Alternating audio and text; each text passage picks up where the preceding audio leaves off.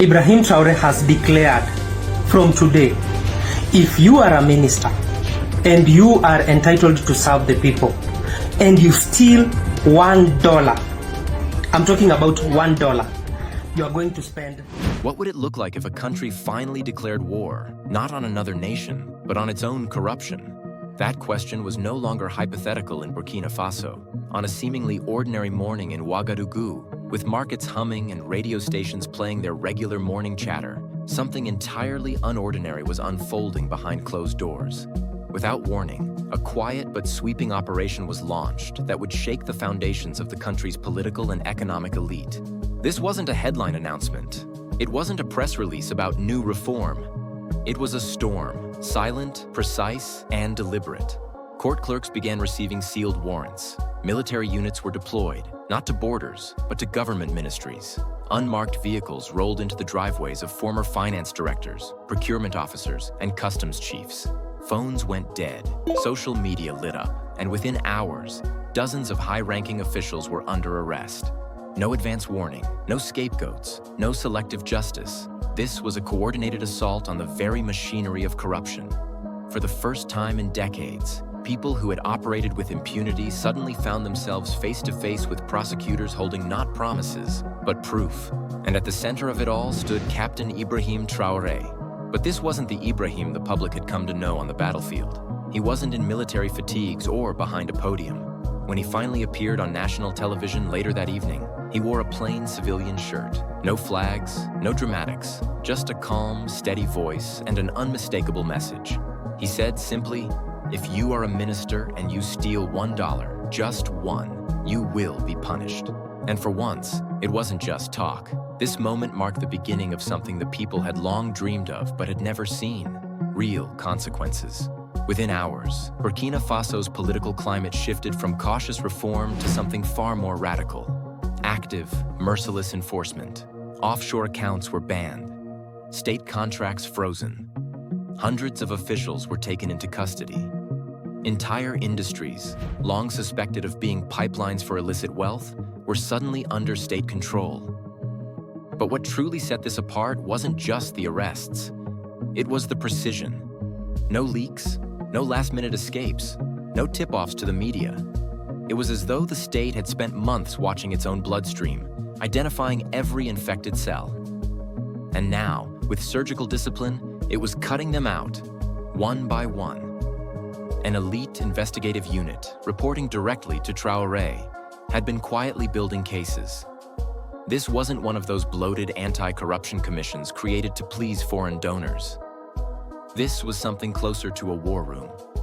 Their mandate: track down stolen funds, freeze accounts, and dismantle the networks that had turned government into a feeding ground for decades. Businesses with ties to politicians suddenly saw their government contracts voided overnight. Lavish restaurants that once hosted ministers and foreign delegates emptied out. Civil servants started refusing to answer unknown phone calls. It wasn't just officials who were afraid now. Corruption itself had become a fugitive. The streets were quiet, but the people were watching. Burkinabe citizens had always known what was going on. They watched officials build mansions overnight. They saw government vehicles used to transport families to weddings while hospitals nearby had no electricity. They endured endless queues for essential services while billions disappeared into bank accounts overseas. What they hadn't seen, until now, was accountability. And when it came fast. There were no committees, no workshops, no pilot programs. Instead, there was a flurry of presidential decrees, each one sharper than the last. Offshore accounts banned, period. Any civil servant, past or present, found to have stashed money abroad would have those funds frozen and potentially seized. Then came another blow. No government official was allowed to do business with the state. Not directly. Not through cousins. Not through shell companies hidden under aliases. This shut down one of the most common and insidious forms of corruption: self-dealing. In Burkina Faso, as in many African nations, corruption doesn't always look like a bribe under the table. It looks like a fake construction company, created in a relative's name, that wins bloated contracts and delivers nothing. It looks like ghost suppliers, inflated tenders, and rigged procurement lists. This ban sliced through that entire scheme with one stroke. Still not done, Traoré pushed out a third decree, perhaps the most personal one of all. From that moment on, every public official, from senior advisors to local administrators, had to publicly declare their assets. Not in private, not in sealed government envelopes. Publicly, for the whole nation to see. And to set the tone, Traoré went first. His salary, properties, and even personal savings were broadcast on national TV. The message was clear. If the president could be transparent, so could every minister, director, and aide. If they refused, they'd face charges, not later, immediately. The public response was a mix of disbelief and cautious hope. Was this real? Could it be sustained? Even international observers, often skeptical of African crackdowns, began to take notice. There were no loopholes, no transition periods. These weren't policies meant to impress donors. They were aimed at crushing a system that had thrived on silence and complicity. But the question hung in the air. Could laws alone change behavior? Could this firestorm last? For that answer, the nation didn't have to wait long. Because while the laws were harsh, what came next would prove even more devastating for the corrupt, the enforcement. We'll explore that in part 2. Laws can be written, speeches can be given. But until the powerful are held accountable, nothing really changes. Burkina Faso had heard the promises before. Crackdowns, commissions, reform plans. It all blurred into one predictable cycle. Corruption would get a new name, a new spokesperson, a new workshop. Then the dust would settle and the system would continue.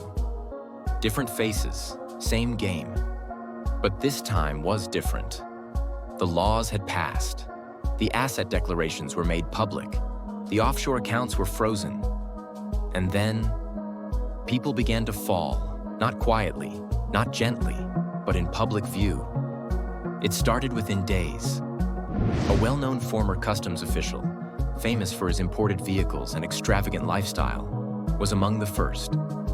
For years, locals whispered about his parties, the private jets, the suitcases of cash changing hands. But no one ever touched him. He was part of the untouchables, until investigators raided his mansion. What they found was something out of a crime novel. Duffel bags of local currency hidden beneath floorboards, invoices for goods that never arrived, and property deeds traced to shell companies in Côte d'Ivoire. The official was arrested on the spot. He didn't smirk. He didn't protest. He just lowered his head and walked out in handcuffs. The message landed like a shockwave. But that was only the beginning. Another case made national headlines. A former procurement chief who, under previous administrations, funneled government contracts to companies owned by her relatives. Her network was vast, her reach deep. But the forensic audit team didn't stop at surface records. They followed the money through transfer after transfer until they uncovered over 1.2 billion CFA francs rerouted to luxury condos in Morocco and bank accounts in Dubai. Her trial was swift. Evidence was overwhelming. Within 72 hours, she was convicted. Her properties seized, her accounts frozen. The public reaction? Applause. For the first time in living memory, courtroom trials were not just symbolic. They had teeth. The accused weren't being offered quiet retirements or diplomatic postings. They were facing real consequences. Judges didn't stall. Prosecutors didn't fumble. This was new ground, and everyone was watching. Even more surprising was who else was caught in the dragnet. Top generals, former ministers, presidential advisors, not just one or two, a full cross-section of the elite. These weren't the usual scapegoats tossed to the media to quiet public anger. These were people who had operated with impunity for decades, now showing up in courtroom hallways flanked by guards and lawyers. One high-profile defendant tried to stall proceedings, calling the charges political. But the court didn't blink. They produced documented foreign transfers, business registrations, fake supplier invoices, and even receipts for luxury purchases funded by embezzled public money. Every lie met a receipt. Every denial met a trail. There were no smokescreens left. But if these trials were the body of the anti-corruption push, the soul was what came next: prevention. Traoré understood that prosecuting corruption was not enough. The real win was stopping it before it happened. So his government took the next step, building a system that would make it nearly impossible for future theft to even begin.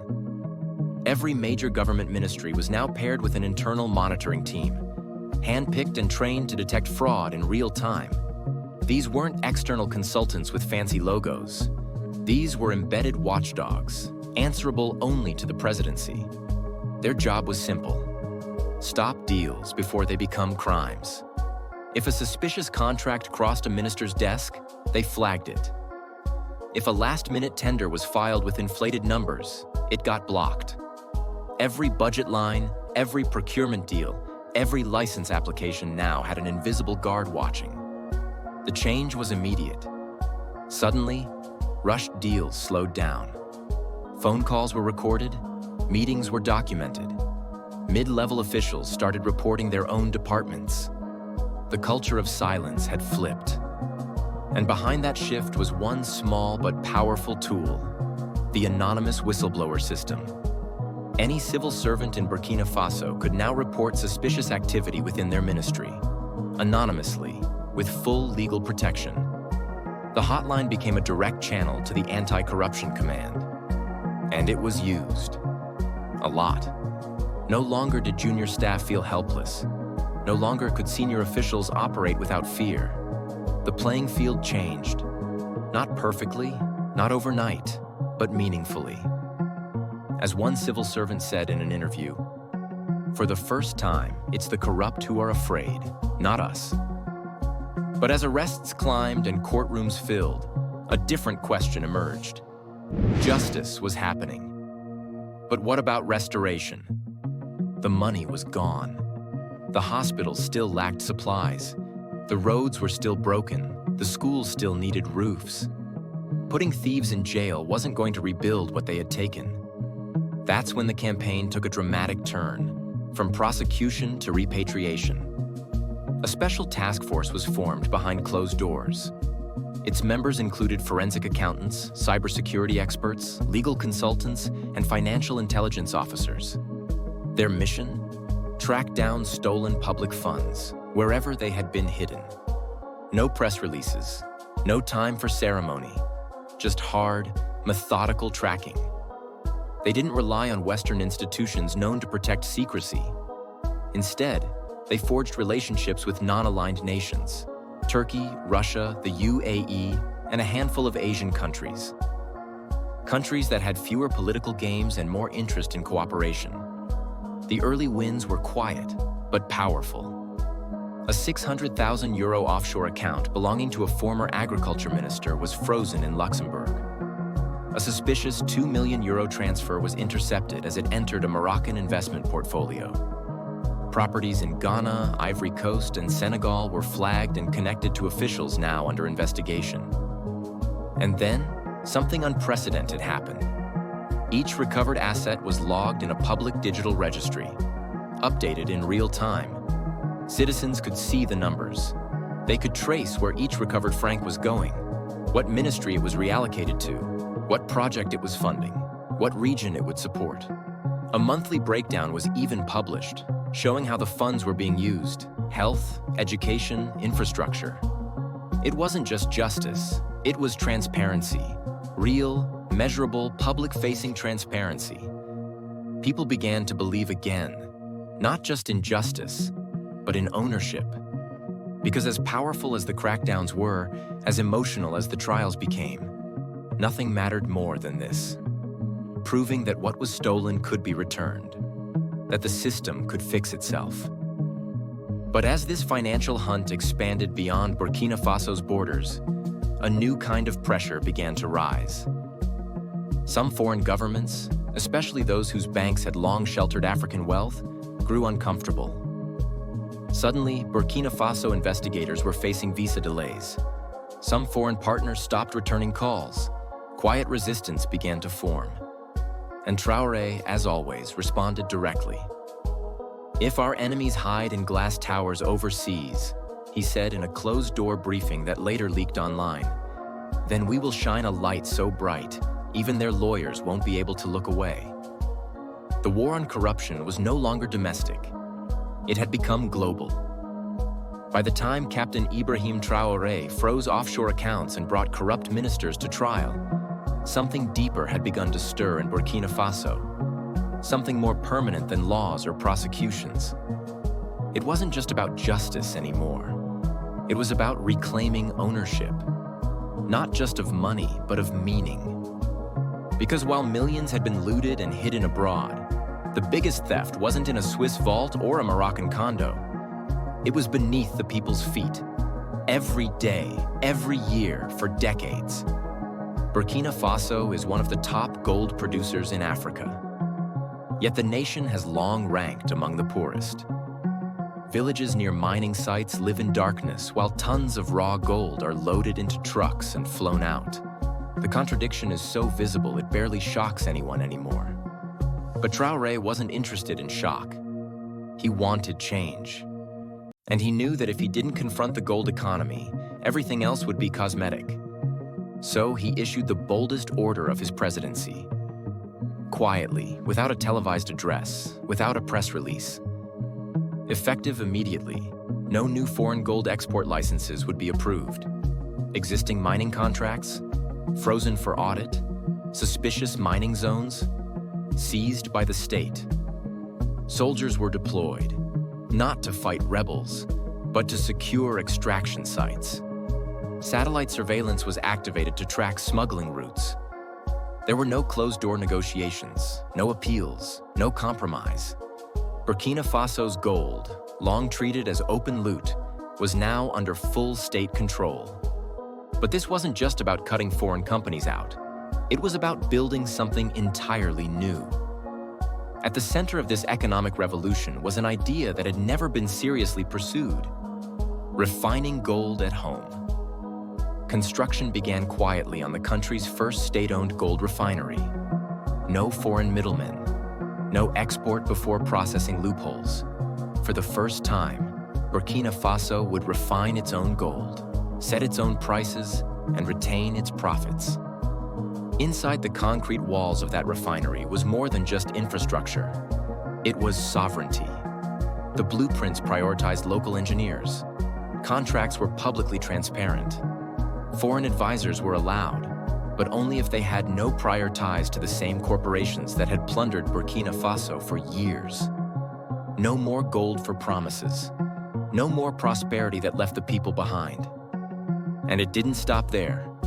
A portion of the refined gold profits was earmarked for regional development funds. Mining communities, long forgotten after the dust settled, were now prioritized for new schools, clean water access, and health clinics. Labor quotas ensured that locals, not just foreign contractors, benefited from employment and training. For decades, villagers had watched as armored trucks rolled past their broken roads, their sick children, and their unpaid teachers, carrying away the very wealth buried in their land. Now, for the first time, that wealth was coming home. But ownership comes with enemies. Foreign companies that had controlled Burkina Faso's gold fields for years began to push back. Hard. They lobbied their home governments. Trade groups issued warnings. Financial media outlets painted the country as unstable and hostile to business. The whispers of sanctions began. Traoré didn't flinch. When asked in a closed-door meeting about the pressure, he replied, "If stability means giving away our gold while our people starve, then we choose instability." He wasn't looking to make deals. He was trying to end an era. And he knew this fight wasn't just economic, it was psychological. Because gold in Burkina Faso had become more than a mineral. It was a symbol of what was taken, of what was hidden, of what never returned. So reclaiming it wasn't just strategy, it was healing. Inside the country, the mood was changing. The anger that once felt helpless was turning into something else: pride. For once, the ground beneath their feet felt like theirs. Of course, none of this was easy. With every new seizure, every revoked license, more pressure arrived. Some foreign governments quietly began denying travel visas to Burkina Faso officials. Legal threats emerged. Aid packages were reassessed. One European bank froze a development loan citing compliance concerns. Still, the refinery construction continued. The audits expanded, and Traoré's approval ratings soared. What had started as an anti-corruption campaign had become something bigger, a redefinition of power, not just political power, but the power to say no, to foreign pressure, to decades of exploitation, to the belief that Africa must always be the junior partner. But there's another layer to this success that no dashboard can measure: public trust. For years, the average Burkinabe expected government systems to be broken, to ask for bribes, to delay, to lose paperwork. But now something small has shifted. Drivers pass through a gate. The barrier lifts, the receipt prints. No drama, no delay, no lies. That reliability, machine-made though it may be, begins to repair something deeper: belief. Belief that the state can work. Belief that public systems can be fair.